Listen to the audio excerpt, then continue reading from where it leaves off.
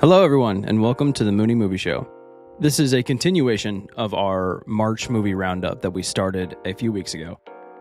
And I'm going to go ahead and apologize. Yes, this video is out a little bit late. That is my fault. The script took forever. I saw a couple movies later than I planned on it. But I do promise, all of these movies that I'm reviewing, I did see within the month of March. Anyway, let's get this kicked off by talking about Shutter Island. Shutter Island is made by Martin Scorsese, recognized as one of the greatest directors of all time. And I love him. Wolf of Wall Street, Killers of the Flower Moon, The Departed, that one movie he made that fooled every kid of my generation into thinking it was going to be this fun adventure film about this little boy in London that turned out to just be nap time. Either way, he's made a lot of really great movies, and he gets a lot of recognition for it, and he deserves it. Love Marty. So it kind of surprised me that I put off Shutter Island for as long as I did. But I did. But here we are. I watched it now, so let's talk about it. So Shutter Island is a bit of a mystery psychological thriller about two U.S. Marshals played by Leonardo DiCaprio and Mark Ruffalo. They go to this remote island with this psych ward on it to investigate a missing person / inmate. That debate is relevant to the film. And it's a pretty good movie. I wasn't really in the mood to watch a psychological thriller when I put this on, so that might have dampened a little bit of my enjoyment. But honestly, the mystery got me so invested that I couldn't stop watching, so I kept watching it anyway. It's a pretty good movie. Leonardo DiCaprio is great. Water wet. It's nice to see Mark Ruffalo in his prime, reminding me why he has a successful career, because we haven't really seen him, at least within this caliber, in several years now. And it's nice to go back and watch some of his older movies where he really shows off the fact that, yeah, he's a great actor. They're both great. It's got a pretty great cast, pretty good story. I only had really one kind of issue with this movie, and it's not even really an issue on the movie's part. It's more of the reputation this movie got after its release. So this movie is one of those movies that has gained a reputation for having the shocking big twist at the end. And you know how like The Sixth Sense, everyone knows the iconic twist, I see dead people. So everyone who sees that movie for the first time, having heard that in pop culture, they've already had this twist spoiled for them. This kind of has a similar situation where the movie is so famous for having the big twist at the end that when you're watching it, you know there's going to be a big twist at the end. And you can't help but in the back of your brain try to figure out what that big twist is going to be. And you kind of predict it. Like, I feel like most intelligent people will watch this movie and get to the twist in their head before it's actually revealed. I was one of those people, but that being said, it still surprised me. Even when it happened, I was still kind of waiting for the gotcha moment of like, never mind. And that never came. The twist was the twist, and it was twisty. So honestly, props to him for that, because that's hard to pull off. Great movie overall. I think on the moon rating scale, I will give it a full moon, because it is quite fantastic. So the next movie I watched in March could not be any more different from the last movie I talked about. The next movie is No Hard Feelings. So No Hard Feelings is about a woman who is down on her luck. She's very desperate. She's about to lose her house. And in the midst of all this struggle, she sees I think it might have been a Craigslist ad. She found an ad online. This rich couple is wanting to hire someone to deflower their awkward 19-year-old son before he goes off to college.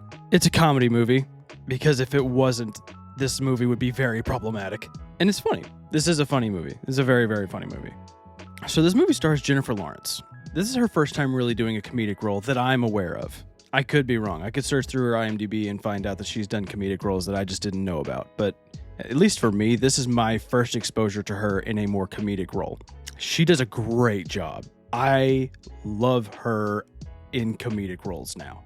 This is her sweet spot. Everyone knows about Hunger Games and her role in the X-Men movies and the roles that really made her famous. I never thought those roles were really great in showing her acting capability, especially in the later Hunger Games films and basically every X-Men movie that she did after First Class. she just seemed like she was phoning it in.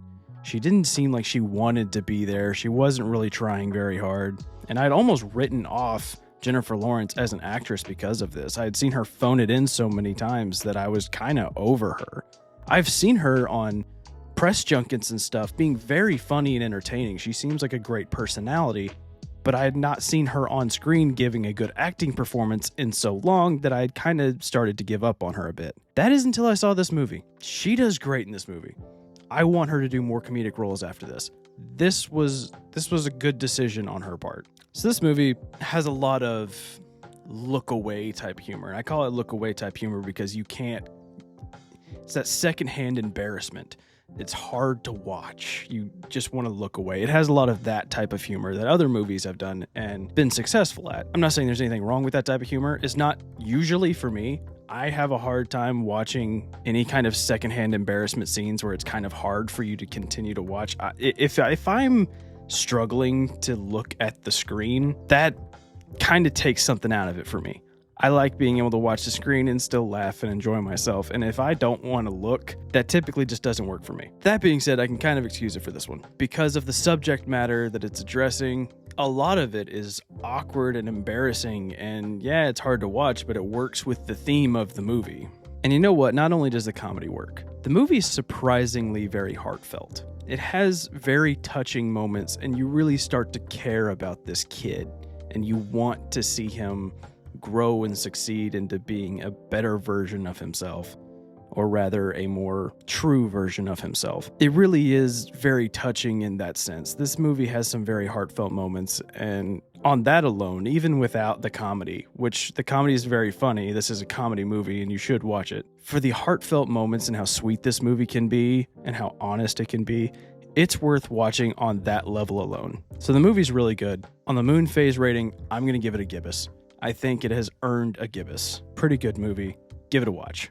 The next movie I want to talk about, I completely forgot to talk about in my last video. I don't know how it skipped my mind, but I watched Novocaine. Novocaine is a movie about a man who can't feel pain, and he's super cautious about everything in his life because he has to be with his condition. And he gets this new girlfriend, and she gets taken hostage by bank robbers. So he decides to go on a mission to rescue her. You can kind of imagine the problems that would come from that. So I don't have a whole lot to say about this movie. This will probably be a quick one because I don't really have a whole lot of notes.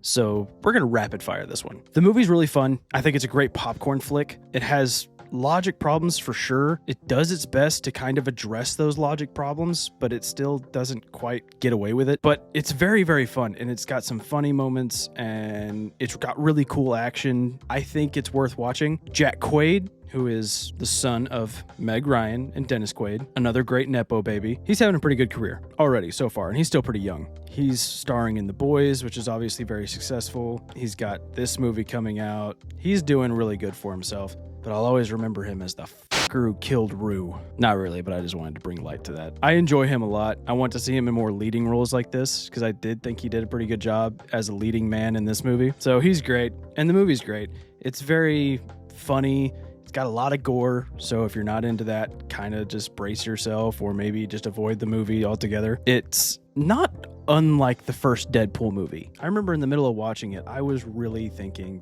this is a lot like the first Deadpool movie. It has the same type of vibe of comedy, heartfelt love story with harsh gore. Pretty good movie. Like I said, we're rapid firing this one. It's a gibbous. Watch it if you get the chance. We're going to move on. Also, real quick, I kind of forgot to mention, this movie has a twist that left me and everyone I was seeing the movie with jaw on the floor. Crazy twist in this movie that you do not see coming. Death of a Unicorn. Death of a Unicorn is an A24 film about a dad, played by Paul Rudd, and his daughter, played by Jenna Ortega, going out to a pharmaceutical billionaire's mansion on some kind of national park. And on the way there, they hit a unicorn. So, without giving too much away, they hit and kill the unicorn. They take it back to the pharmaceutical billionaire's mansion, and they quickly discover that the unicorn's body is essentially a miracle drug that cures everything. As soon as they realize that, the debate of what to do with the unicorn's body ensues. And as you can probably tell by the description of what this movie's about, It has some not so subtle commentary on healthcare and the pharmaceutical industry. But all that kind of gets thrown out the window when the unicorn's parents arrive. And this quickly turns into a comedy slasher flick, which is pretty fun. I won't lie. This movie's got some fun in it that I enjoyed thoroughly. This movie's pretty good.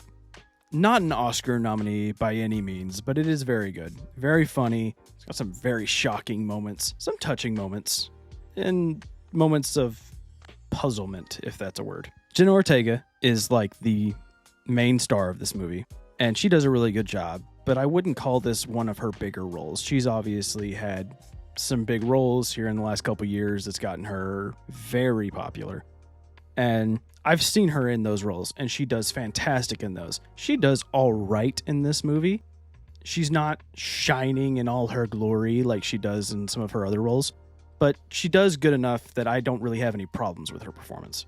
Paul Rudd is kind of our secondary lead, playing the dad, and he's got a very interesting character arc, struggling between siding with his boss, the pharmaceutical billionaire, his corporate job and maintaining his financial security, and also siding with his daughter, who seems to be the only person in this movie who actually thinks logically. That was a very interesting arc to watch, and it has some very touching moments. I did enjoy that quite a bit. Will Poulter, however, playing the billionaire's son, is a standout in this movie.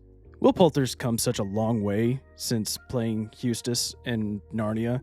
I love the fact that I've seen him act since he was this little awkward kid and now is turning into this A-list star. Love this dude and everything he's in. And it's no surprise that I loved him so much in this movie too. He is hilarious in this movie. He is one of the better reasons for watching this movie. It's just to watch him in this comedic role. Very entertaining to watch. Paired perfectly with the butler Griff, played by Anthony Carrigan, who is kind of the secondary comic relief in this movie. That is arguably the funniest part of this movie. The butler's moments in this movie had the entire crowd in the theater I was watching this laughing so hard. Pretty great role in this movie. I like this movie a lot. I will watch it again, and I would recommend everybody giving it a shot. It's pretty good. I like it so much. I was expecting to like it because I liked the trailers, but I liked it even more than I thought I was going to like it. Putting it on the Moon Phase rating, I'm giving it a gibbous. Great movie, give it a shot. All right, it's time. The last movie that we're going to talk about today, and probably the reason most of you clicked on this video. Let's talk about Snow White. Take a seat, this is going to take a while. Snow White is Disney's live-action adaptation of Snow White, starring Rachel Zegler's Snow White and Gal Gadot as the evil queen. I'm not going to go over the plot because it's Snow White. It's the first animated movie ever made. Most of everybody has at least watched it once in their life. I'm not going to go over the plot of Snow White. You seen the original? Mostly the same plot for this one. Minor changes. You get the gist. I made a choice a while back when I knew I was going to have to talk about this movie. I don't want my channel to be TMZ.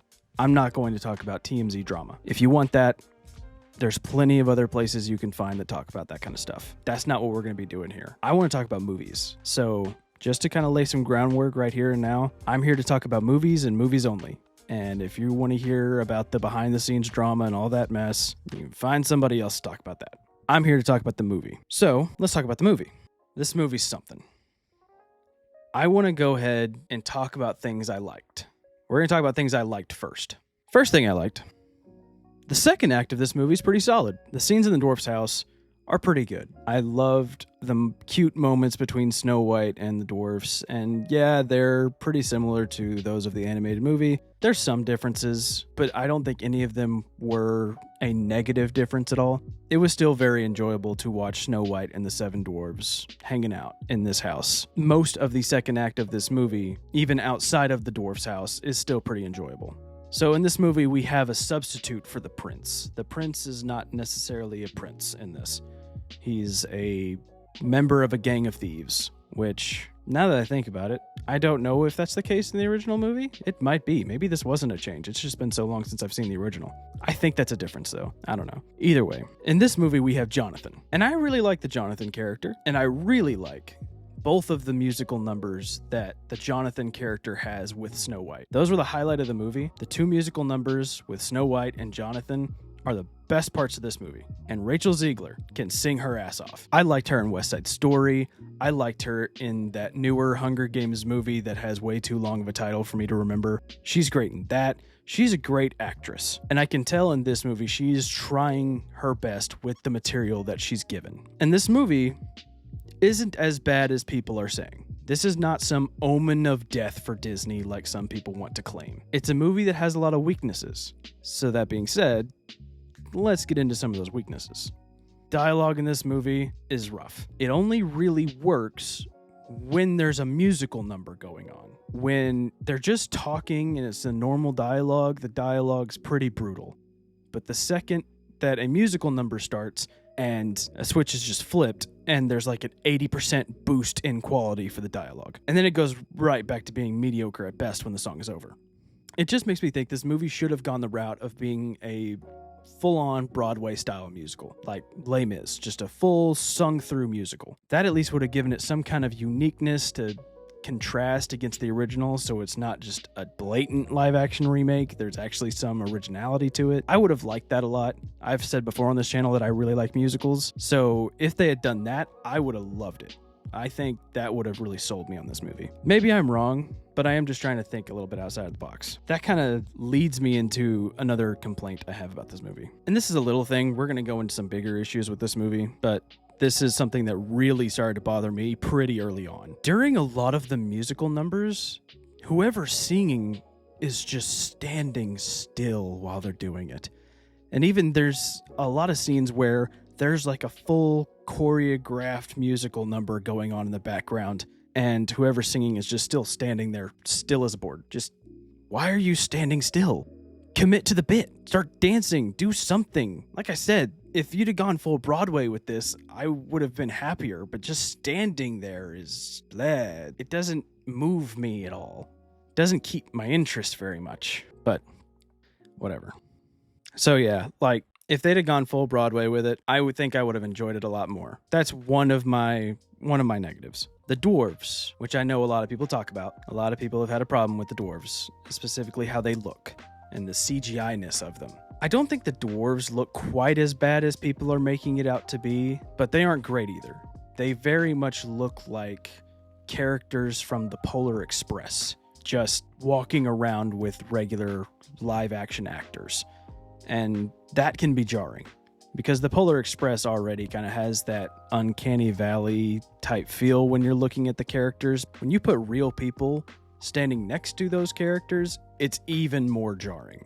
And that's hard to ignore when you're watching this movie and the dwarves look like they're in a completely different movie than the rest of the characters on screen. So I can see why a lot of people are having a big problem with that. I had a minor problem with that, not as big of a deal as a lot of people are making it out to be, but I do put that in the negative category. But while we're on the subject of CGI and effects and everything, I want to get into something that is a problem with this movie, but not just this movie. This is a problem that's affected Disney for a number of years now. So a couple years ago, Industrial Light and Magic, ILM, iconic with their work in VFX, founded by George Lucas, owned by Lucasfilm, which in turn is owned by Disney. They developed something called the volume, or stagecraft. Essentially, instead of a green screen, a donut-like projector screen to act as a green screen in real life. Like, you don't need to have a green screen necessarily. You will project what you want onto the walls around and it will look real. I think they were talking about how it was supposed to help with actors and getting in the moment, and it was supposed to look really good on camera. And it doesn't look bad. It doesn't look great either. When they first really started using it, it was with The Mandalorian, a Disney Plus Star Wars show, a TV show. And it worked for that because it's a TV show on a streaming service. It's not necessarily supposed to look movie quality. Then they started using it on movies, and you can tell there is no real way to shoot with the volume, and the audience can't tell that it's the volume. All outdoorsy scenes and any real scenes that are shot on the volume all have this weird blurry look to the background. And it's not just like camera focus where the camera's focused on the individual on screen because the ground is still in focus too. It's just the background that is all blurry. And it's jarring. But it worked for The Mandalorian because The Mandalorian's a TV show and the world of Star Wars is very vast and spectacular, and you really need a stupid high budget to make that look good. So the audience is a little bit more forgiving in that context. But when you're shooting a movie, the audience has a little bit higher expectations. And I get it. The volume was made by Industrial Light and Magic, owned by Disney. And they're very proud of it. They want to use it any chance they get. They want to show off this fancy technology that they developed. But I think they need to come to the reality that it only really works for TV at best. It's really cool, but it's distracting to the viewer. And like I said, it can work for TV. It has worked and could work more in the future for TV. But for movies, it's just not where they think it is. And bringing it back to this movie, Snow White, every time they were outside in the daylight, it was so distracting to me that they were clearly using the volume. And if they weren't, maybe I'm wrong. Maybe whatever style they were using just looks very similar to the volume. Either way, my complaint still stands.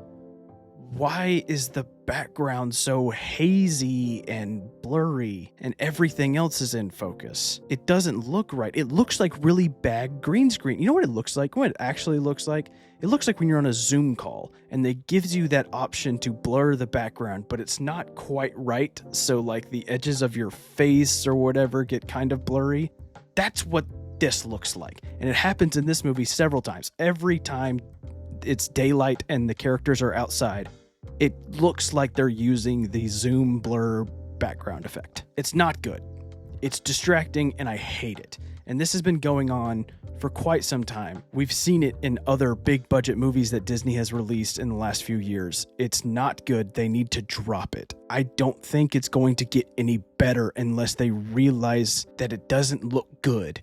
And right now, they're just not willing to admit that it's not the most amazing thing ever. It bugs the piss out of me.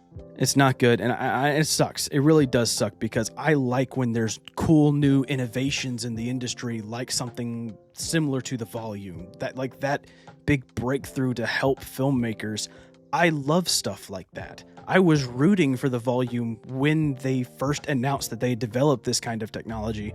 I was rooting for it. I was like, hell yeah, no more green screens. Actors don't have to have breakdowns in front of all the crew members because they're tired of staring at a green screen, like Ian McKellen did in The Hobbit. That clip will forever crush my soul. I thought the volume was going to help actors in aspects like that, but at the cost of the actual look of the film, I don't think it's worth it. Whatever. I'm done. I promise I'm done. Whatever. Back to Snow White. There's a bigger problem with this movie. The big problem with this movie, and it is not even close. Everything else negative about this movie isn't horrible. It wouldn't be the thing that is giving this movie the reputation it's currently gaining of being as bad as it is. The real reason this movie is getting trashed on the way it is, the reason this movie isn't very good, is Gal Gadot.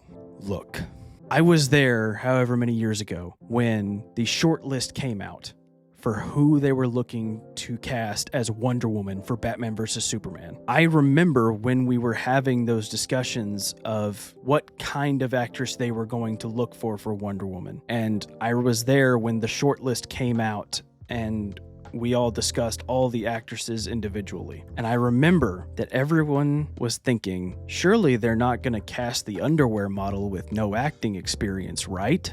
And then I'll never forget the day they released that picture of Gal Gadot in that Wonder Woman suit, announcing that she had been cast. But I was hopeful. I was optimistic. I remember thinking, all right, let's see what she's got. Maybe there's something we don't know about and she's really talented. And ever since that day, every project she's been in, she has proved time and time again that she is not an actress. She's not good at acting. She should not be getting work as an actress. If it wasn't for the fact that she is pretty, Gal Gadot would never work in Hollywood again. And I know that's harsh, But acting's hard. People don't realize it because they think it might be the most fun job in the world, but acting is difficult. There's a reason that actors get paid ridiculous prices, though I think they shouldn't be paid as much as they're really getting, but there's a reason they do get paid a good amount. Acting's hard, and just because you're pretty does not mean you can act. Gal Gadot has proved time and time again that she is one of those cases. And oh my God, is she brutal in this movie. She's tough to watch in this movie. She has a musical number in this movie that I almost said, screw it, let's just leave. I almost gathered the people that I was with to see this movie and said, hey, none of us are enjoying this. This is awful. Let's just leave. I didn't. We stuck through, and I'm glad I did because there was some things that were still enjoyable about this movie after the fact. But Gal Gadot, man, I'll die on this hill. She should not act. She should not act. It's gotten to the point where I don't get excited for movies that I know she's going to be in. In fact, I have passed on a few movies because I knew Gal Gadot had a leading role in it. I said, screw it, I'm good. I'm not putting myself through that again. So yeah, that's Snow White. Let's give it a moon phase rating. I'm going to give it 2 separate moon phase ratings, actually. Because this movie, as it is, it's a crescent. It's not very good. But I think if someone were to take this movie and somehow edit Gal Gadot out of it entirely, this movie would at least get up to a quarter moon.